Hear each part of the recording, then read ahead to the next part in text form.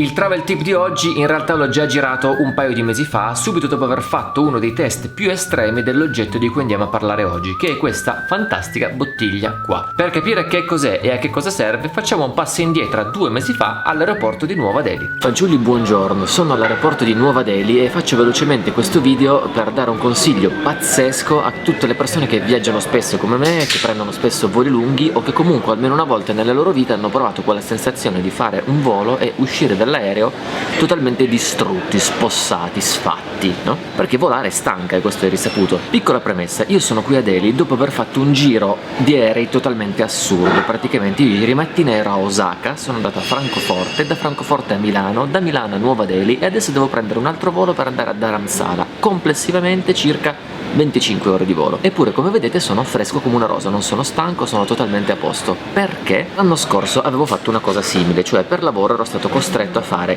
Tokyo, Dubai, Dubai, Milano, Milano, Dubai, Dubai, Mauritius nella stessa giornata e vi assicuro che quando sono arrivato alle Mauritius ero letteralmente ai minimi termini, cioè mi sono dovuto coricare e sono morto di stanchezza per le 12 ore successive. Oggi non è assolutamente così. Cos'è cambiato da allora? Quello che è cambiato è che su consiglio di mia moglie ho iniziato a utilizzare questo meraviglioso oggetto qua. Che cos'è questo oggetto qua? È un generatore di acqua idrogenata. Sinceramente non so neanche di che marca sia questa roba qua, me l'ha preso mia moglie, l'abbiamo trovato a Mosca e semplicemente ho iniziato ad utilizzarlo, ma mi sono accorto che ha dei benefici veramente pazzeschi, soprattutto quando si fanno dei voli lunghi. Così sono andato a documentarmi un pochettino di più e vi spiego un attimino come funziona. Piccolo momento scienziato, tutti più o meno sappiamo che cosa sono i radicali liberi, o meglio, tutti sappiamo che sono una cosa brutta, ma non tutti sappiamo che cosa sono. Ve lo spiego io. Un radicale libero sostanzialmente è una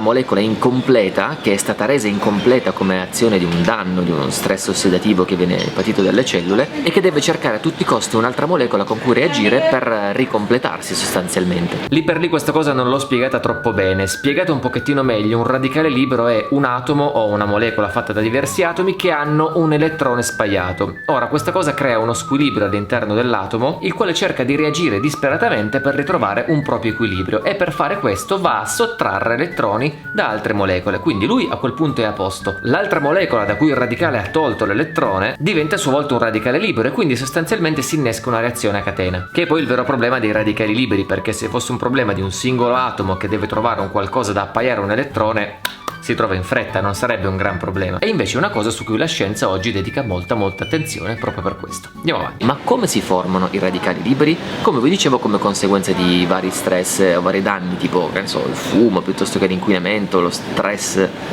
fisico e anche i voli. Perché cosa succede in volo? Quando noi voliamo ad alta quota siamo molto più esposti alla cosiddetta radiazione cosmica. Chi ha studiato radiologia sa di che cosa sto parlando. Praticamente fare un volo intercontinentale equivale, non dico come a farsi una TAC, però adesso non so quali siano le dosi equivalenti, però si prendono un sacco di radiazioni e la radiazione che cosa fa? Prende delle molecole del nostro organismo e le scinde. Si chiamano infatti radiazioni ionizzanti perché creano degli ioni e che creano appunto questi cosiddetti radicali liberi che vanno a fare tutto il casino che noi sappiamo. Qual è a questo punto il principio dell'acqua idrogenata? Addizionare idrogeno all'acqua servirebbe in teoria a fare sì che questi ioni idrogeno vadano in giro per l'organismo a recuperare questi radicali liberi, ripulirli e di conseguenza prevenire un danno all'organismo. Quindi uno ione idrogeno, che sostanzialmente è un protone, è esattamente quello di cui ha bisogno un radicale libero che ha un elettrone spaiato per ritrovare il suo equilibrio e smettere di andare in giro a rompere le balle agli altri. In questo modo, non appena si crea un radicale libero come effetto di una radiazione, il protone o ione idrogeno gli si lega e non parte questa reazione a catena che causa uno stress all'organismo e che è principalmente responsabile della grande stanchezza che si ha dopo i lunghi voli, perché dopo un lungo volo l'organismo è impegnato a riparare tutti i danni che sono stati fatti dalle radiazioni nel corso del volo, ed è il motivo per cui si è tanto più stanchi quanto più è lungo il volo di cui parliamo. Se fate Torino-Roma difficilmente uscite stanchi, ma già se fate Roma-Osaka è un altro discorso. L'idea di applicare questo concetto all'acqua è nata circa 10 anni fa e in Giappone, se non ricordo male, e si è diffusa molto rapidamente in Giappone, Corea, Cina e Stati Uniti, ma in Europa ancora no. In Europa in particolar modo viene addirittura demonizzata come cosa. Io mi sono informato, visto che il Ministero della Salute italiano addirittura lo considera come una truffa, cioè si dice che l'acqua ionizzata non serve assolutamente a niente, né fa bene né fa male, è come vendere l'acqua bugada, come dicono a Milano. Ma devo dirvi la verità, nonostante quando mia moglie me l'abbia consigliato io fossi scetticissimo dicendo ma cos'è, mi devo portare sta roba qua in giro, che fondamentalmente secondo me era totalmente inutile, non avevo assolutamente bisogno, devo dire che da quando ho iniziato a usarla, soprattutto durante i voli, la mia vita è cambiata. E guardatemi, ho 20 ore di volo alle spalle, sto benissimo, sto da Dio, potrei tranquillamente andare a correre una maratona in questo momento. Ora vi faccio vedere come funziona. Molto banalmente si mette l'acqua all'interno di questo recipiente qui, in questa maniera, acqua normale, che è quella del rubinetto, quella delle bottiglie,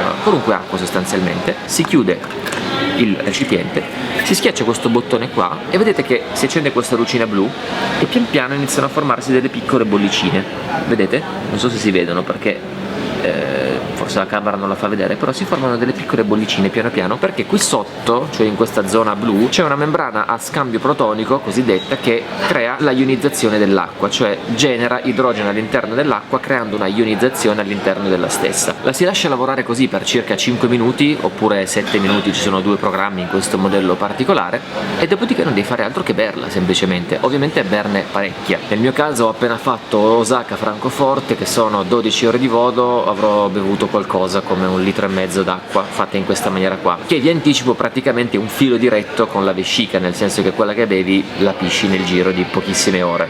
E adesso sto cretino si è messo a far casino, dimmi te uno deve accendere una motosega in un aeroporto, ma comunque sia, volevo dire, dopo questo processo l'acqua non viene in alcun modo alterata di gusto. Ho fatto degli esperimenti con la cartina tornasole per vedere se cambiava il pH, sembra che cambi di poco, tipo diventa leggermente più alcalino, ma pochissima roba. Tuttavia, siccome a me piace dare una base scientifica un po' alle cose, ho chiesto un po' di informazioni al mio medico a Mosca, che è quello che ha consigliato questo dispositivo sia a mia moglie che poi a me, e mi diceva che ci sono qualcosa come 1500 studi che dovrebbero validare scientificamente l'efficacia dell'acqua idrogenata sui tessuti animali, sia su animali che su uomo. Dal mio punto di vista un razionale scientifico c'è, cioè questi ioni idrogeno vanno in giro per l'organismo ad accoppiarsi con i radicali liberi, che quindi non sono più radicali liberi ma vengono occupati e che vengono prodotti in maniera anomala, in grandi quantità e in diverse circostanze, tra cui il volo.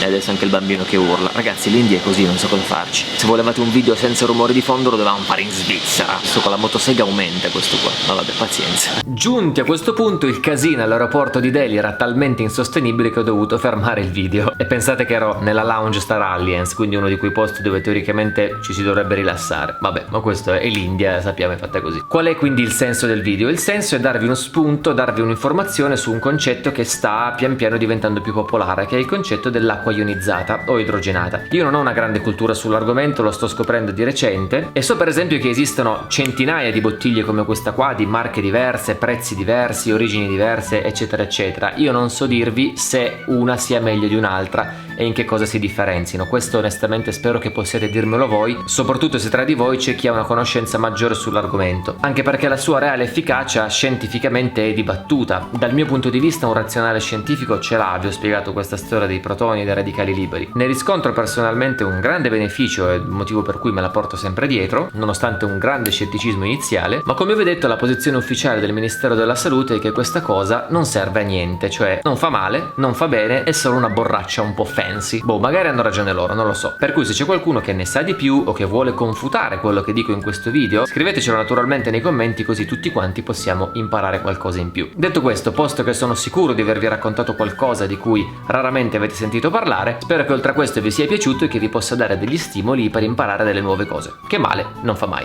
Detto ciò, buon viaggio a tutti, io mi faccio un bel cicchetto e al prossimo Travel Tips.